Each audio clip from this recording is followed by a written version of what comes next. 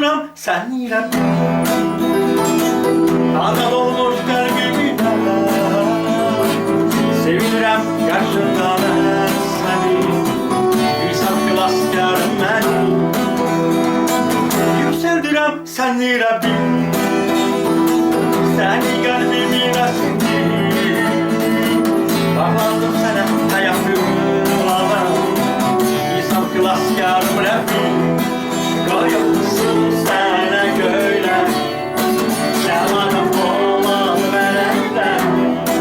Sevilsin senden yürekler, olursun sana nefeder. Rabbim buradasın güzeller, müqəddəs namına səni. Rabbim olsun sana həmdlər, sənə şükürlər.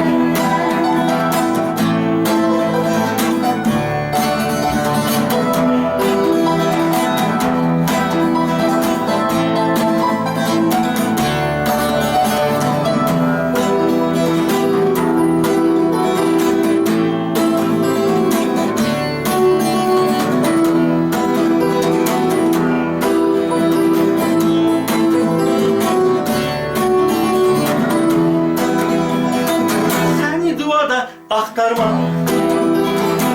seninle hamisha Allah, senin sözüyle kılaskar Rabbim, isteyirəm mən yaşamak.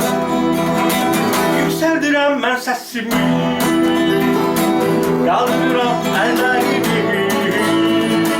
Rabbim sevirəm mən səni kılaskar, gözləyirəm